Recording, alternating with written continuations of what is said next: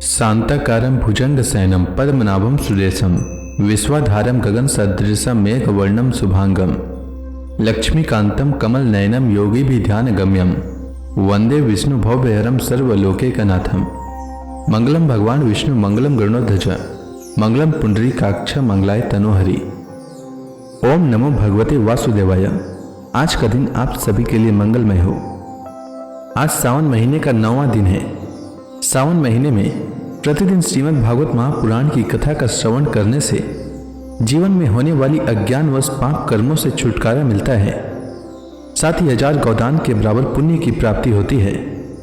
हमारे चैनल पर आप प्रतिदिन श्रीमद् भागवत महापुराण की कथा का श्रवण कर सकते हैं। साथ ही इस चैनल पर सावन मास में आने वाली सभी व्रतों की कथा और व्रत से जुड़ी जानकारी भी व्रत से पहले उपलब्ध करा दी जाती है। इसलिए हमारे चैनल को अवश्य सब्सक्राइब करें, साथ ही बेल आइकन को भी दबा दें और कथा अच्छी लगे तो लाइक अवश्य करें। अब आइए सुनते हैं सावन मास कथा का 9वां अध्याय। श्री सुखदेव जी कहते हैं, परीक्षित, यह सांप के शरीर से बंध जाना तो श्री कृष्ण की मनुष्यों जैसी एक लीला थी। जब उन्होंने देखा कि व्रज के सभी लोग स्त्री और बच्चों के साथ मेरे लिए इस प्रकार अत्यंत दुखी हो रहे हैं और सचमुच मेरे सिवा इनका कोई दूसरा सहारा नहीं है, तब वे एक मुहूर्त तक सर्प के बंधन में रहकर बाहर निकल आए। भगवान श्री कृष्ण ने उस समय अपना शरीर फुलाकर खूब मोटा कर लिया। इससे सांप का शरीर टूटने लगा।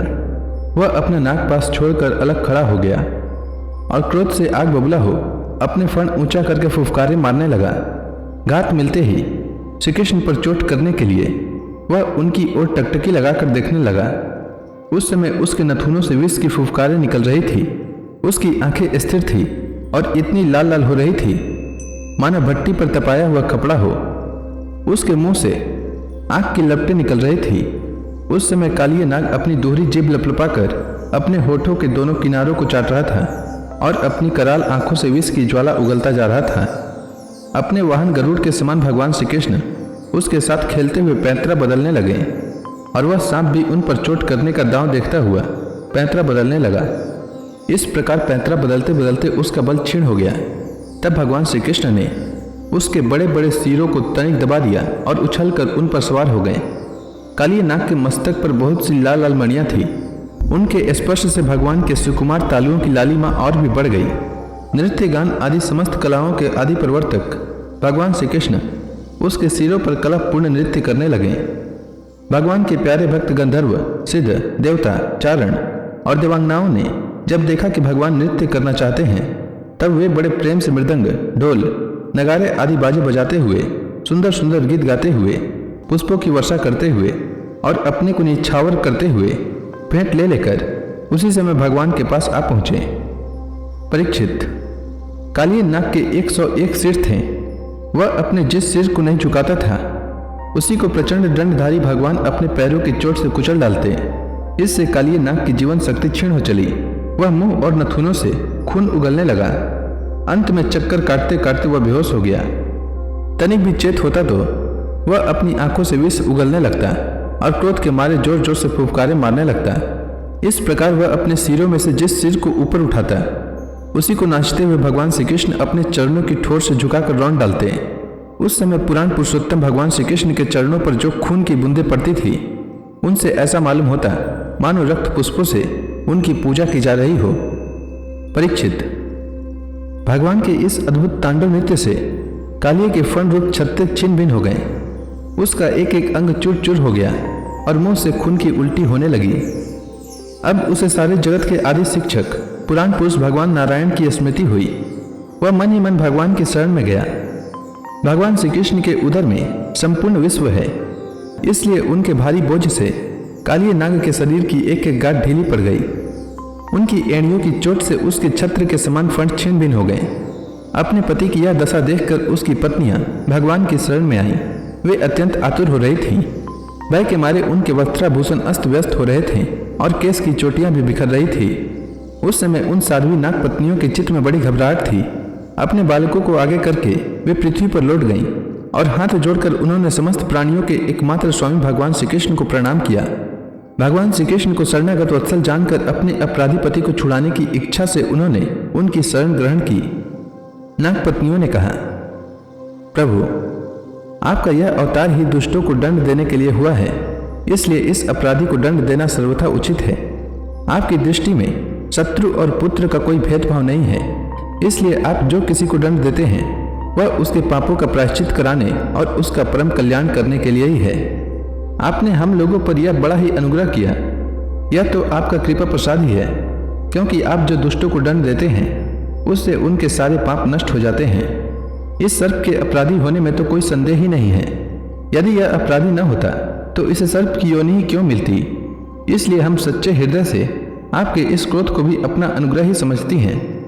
अवश्य ही पूर्व जन्म में इसने स्वयं मान रहित होकर और दूसरों का सम्मान करते हुए कोई बहुत बड़ी तपस्या की है, अथवा सब जीवों पर दया करते हुए इसने कोई बहुत बड़ा धर्म किया है, तभी तो आप इसके ऊपर संतुष्ट हुए हैं, क्योंकि सर्व जीव स्वरूप आपकी प्रसन्नता का यही उपाय है।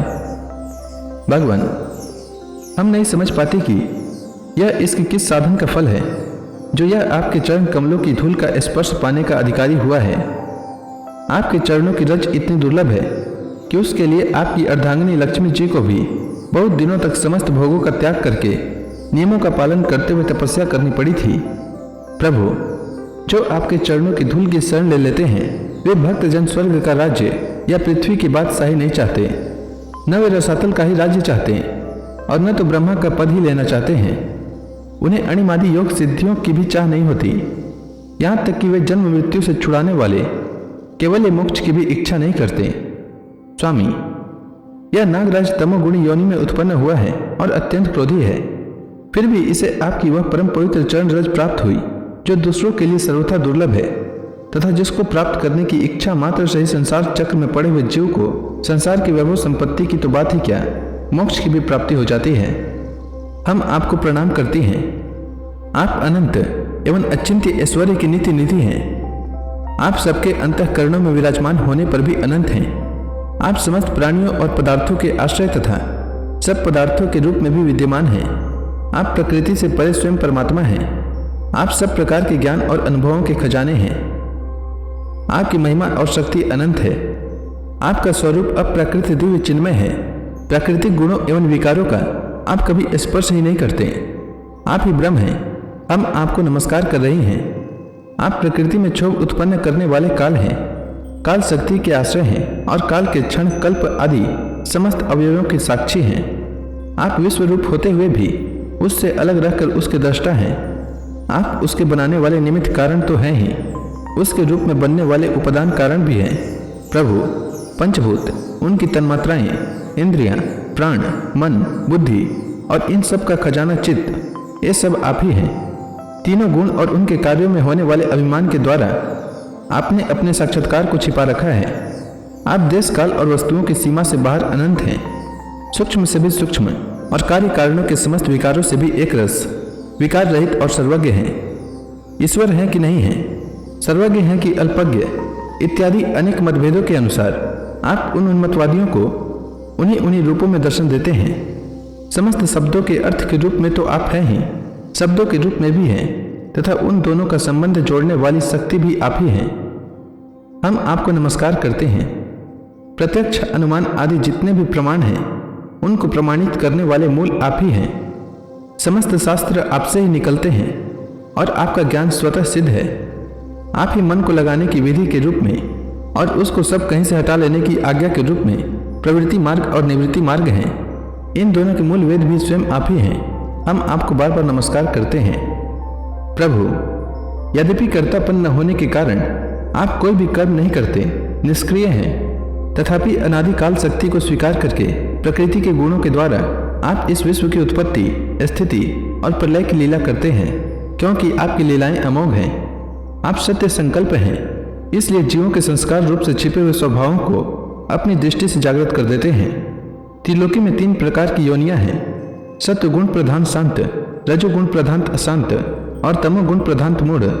वे सब की सब आपकी लीला मूर्तियां हैं। फिर भी इस समय आपको सत्व गुण प्रधान शांत जन ही विशेष प्रिय हैं, क्योंकि आपका यह अवतार और ये लीलाएं साधु जनों की रक्षा तथा धर्म की रक्षा एवं विस्तार के लिए ही है। शांतात्मन, स्वामी को एक बार अपनी प्रजा का अपराध सह लेना चाहिए। यह मूढ़ है, आपको पहचानता नहीं है, इसलिए इसे क्षमा कर दीजिए। भगवान, कृपा कीजिए, अब यह सर्प मरने ही वाला है।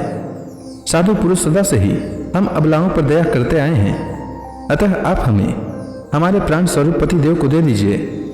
हम आपकी दासी हैं, हमें आप आज्ञा दीजिए आपकी क्या सेवा करें, क्योंकि जो श्रद्धा के साथ आपकी आज्ञाओं का पालन आपकी सेवा करता है वह सब प्रकार के भयों से छुटकारा पा जाता है। श्री सुखदेव जी कहते हैं, परीक्षित, भगवान के चरणों की ठोकरों से काली नाग के फंड छिन्न भिन्न हो गए थे। वह बेसुध हो रहा था। जब नाग पत्नियों ने इस प्रकार भगवान की स्तुति की तब उन्होंने दया करके उसे छोड़ दिया। धीरे धीरे काली नाग की इंद्रियों और प्राणों में कुछ कुछ चेतना आ गई। वह बड़ी कठिनता से श्वास लेने लगा और थोड़ी देर के बाद बड़ी दीनता से हाथ जोड़कर भगवान श्री कृष्ण से इस प्रकार बोला। काली नाग ने कहा, नाथ, हम जन्म से ही दुष्ट, तमोगुणी और बहुत दिनों के बाद भी बदला लेने वाले बड़े क्रोधी जीव हैं। जीवों के लिए अपना स्वभाव छोड़ देना बहुत कठिन है। इसी के कारण संसार के लोग नाना प्रकार के दुराग्रहों में फंस जाते हैं। विश्व विधाता, आपने ही गुणों के भेद से इस जगत में नाना प्रकार के स्वभाव, वीर्य, बल, योनि, बीज, चित्त और आकृतियों का निर्माण किया है। भगवान, आपकी इस सृष्टि में हम सर्प भी हैं। हम जन्म से ही बड़े क्रोधी होते हैं। हम इस माया के चक्कर में स्वयं मोहित हो रहे हैं। फिर अपने प्रयत्न से इस दुस्तज्य माया का त्याग कैसे करें? आप सर्वज्ञ और संपूर्ण जगत के स्वामी हैं। आप ही हमारे स्वभाव और इस माया के कारण हैं। अब आप अपनी इच्छा से जैसा ठीक समझें, कृपा कीजिए या दंड दीजिए। श्री सुखदेव जी कहते हैं, काली नाग की बात सुनकर लीला मनु से भगवान श्री कृष्ण ने कहा, सर्प, अब तुझे यहाँ नहीं रहना चाहिए। तू अपने जाति भाई, पुत्र और स्त्रियों के साथ शीघ्र ही यहाँ से समुद्र में चला जा। अब गौएं और मनुष्य यमुना जल का उपभोग करें। जो मनुष्य दोनों समय तुझको दी हुई मेरी इस आज्ञा का स्मरण तथा कीर्तन करे, उसे सांपों से कभी भय न हो।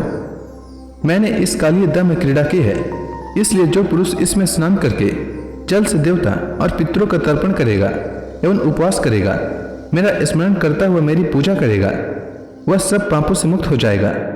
मैं जानता हूँ कि तू गरुड़ के भय से रमणक द्वीप छोड़कर इस दम में आ बसा था। अब तेरा शरीर मेरे चरण चिन्हों से अंकित हो गया है, इसलिए जा, अब गरुड़ तुझे खाएंगे नहीं।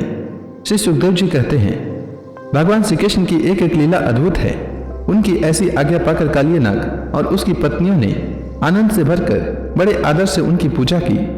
उन्होंने दिव्य वस्त्र, पुष्पमाला, मणि, बहुमूल्य आभूषण, दिव्य गंध, चंदन और अति उत्तम कमलों की माला से जगत के स्वामी गरुड़ ध्वज भगवान श्री कृष्ण का पूजन करके उन्हें प्रसन्न किया।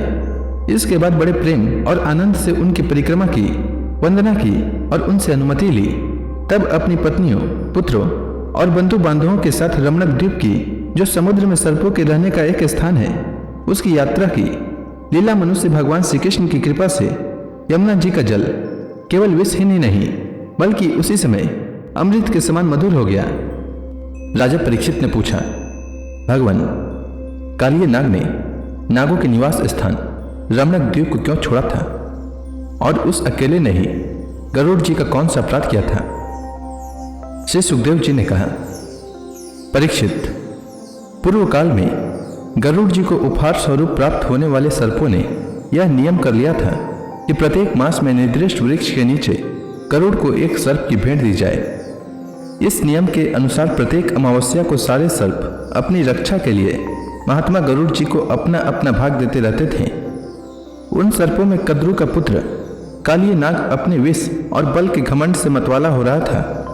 उसने गरुड़ का तिरस्कार करके स्वयं तो बलि देना दूर रहा, दूसरे सांप जो गरुड़ को बलि देते उसे भी खा लेता।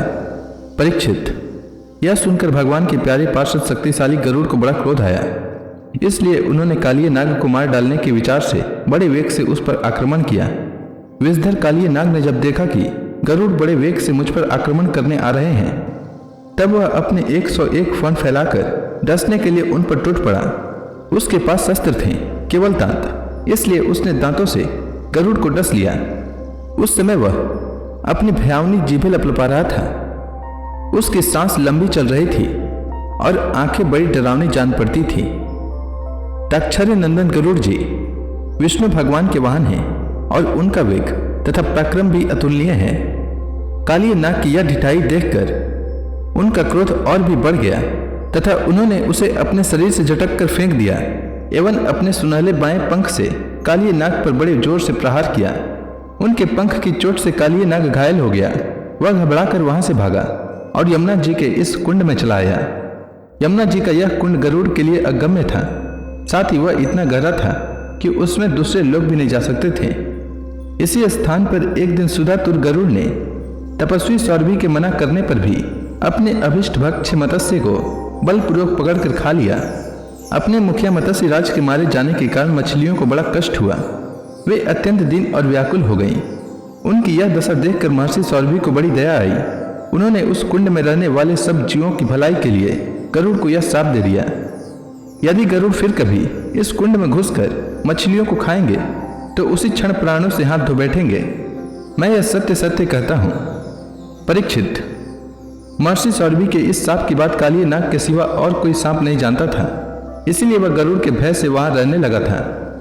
और अब भगवान श्री कृष्ण ने उसे निर्भय करके वहां से रमणक द्वीप में भेज दिया। परीक्षित, इधर भगवान श्री कृष्ण दिव्य माला, गंध, वस्त्र, महामूल्य मणि और स्वर्ण में आभूषणों से विभूषित हो उस कुंड से बाहर निकले। उनको देखकर सब के सब ब्रजवासी इस प्रकार उठ खड़े हुए जैसे प्राणों को पाकर इंद्रियां सचेत हो जाती है। सभी गोपों का हृदय आनंद से भर गया। वे बड़े प्रेम और प्रसन्नता से अपने कन्हैया को हृदय से लगाने लगे। परीक्षित, यशोदा रानी, रोहिणी जी, नंद बाबा, गोपी और गोप सभी श्री कृष्ण को पाकर सचेत हो गए। उनका मनोरथ सफल हो गया। बलराम जी तो भगवान का प्रभाव जानते ही थे। वे श्री कृष्ण को हृदय से लगाकर हंसने लगे। पर्वत, वृक्ष, गाय, बैल और बछड़े सब के सब आनंद मग्न हो गए। गोपों के कुल गुरु ब्राह्मणों ने अपनी पत्नियों के साथ नंद बाबा के पास आकर कहा, नंद जी, तुम्हारे बालक को कालिए नाग ने पकड़ लिया था, सो छुटकर आ गया। यह बड़े सौभाग्य की बात है। श्री कृष्ण के मृत्यु मुख से लौट आने के उपलक्ष्य में तुम ब्राह्मणों को दान करो। परीक्षित, ब्राह्मणों की बात सुनकर नंद बाबा को बड़ी प्रसन्नता हुई। उन्होंने बहुत सा सोना और गौएं ब्राह्मणों को दान दी। परम सौभाग्यवती देवी यशोदा ने भी काल के गाल से बचे हुए अपने लाल को गोद में लेकर हृदय से चिपका लिया। उनकी आंखों से आनंद के आंसुओं की बूंदें बार बार टपकती रहती थी। राजेंद्र, ब्रजवासी और गौएं सब बहुत ही थक गए थे। ऊपर से भूख प्यास भी लग रही थी, इसलिए उस रात वे व्रज में नहीं गए, वहीं यमुना जी के तट पर सो गए। गर्मी के दिन थे, उधर का वन सूख गया था। आधी रात के समय उसमें आग लग गई। उस आग ने सोए हुए ब्रजवासियों को चारों ओर से घेर लिया और वह उन्हें जलाने लगी। आग की आंच लगने पर ब्रजवासी घबराकर उठ खड़े हुए और लीला मनुष्य भगवान श्री कृष्ण की शरण में गए। उन्होंने कहा, प्यारे श्री कृष्ण, श्याम सुंदर, महाभाग्यवान बलराम, तुम दोनों का बल विक्रम अनंत है। देखो देखो, यह भयंकर आग तुम्हारे सगे संबंधी हम स्वजनों को जलाना ही चाहती है। तुम में सब सामर्थ्य है, हम तुम्हारे सुहृद हैं, इसलिए इस प्रलय की अपार आग से हमें बचाओ। प्रभु, हम मृत्यु से नहीं डरते, परंतु तुम्हारे अकुतोभय चरण कमल छोड़ने में हम असमर्थ हैं। भगवान अनंत हैं, वे अनंत शक्तियों को धारण करते हैं। उन जगदीश्वर भगवान श्री कृष्ण ने जब देखा कि मेरे स्वजन इस प्रकार व्याकुल हो रहे हैं, तब वे उस भयंकर आग को पी गए। परीक्षित, अब आनंदित स्वजन संबंधियों से घिरे हुए एवं उनके मुख से अपनी कीर्ति का गान सुनते हुए श्री कृष्ण ने गोकुल मंडित गोष्ठ में प्रवेश किया। इस प्रकार अपनी योग माया से ग्वाल का सा वेश बनाकर राम और श्याम व्रज में क्रीड़ा कर रहे थे। तो इसी के साथ यह अध्याय समाप्त हुआ। इसके आगे की कथा मैं कल के अध्याय में सुनाऊंगा। तब तक के लिए भगवान हरि का नाम लेते रहें। तो प्रेम से बोलिए भगवान विष्णु की जय, श्री कृष्ण भगवान की जय, समस्त देवी देवताओं की जय।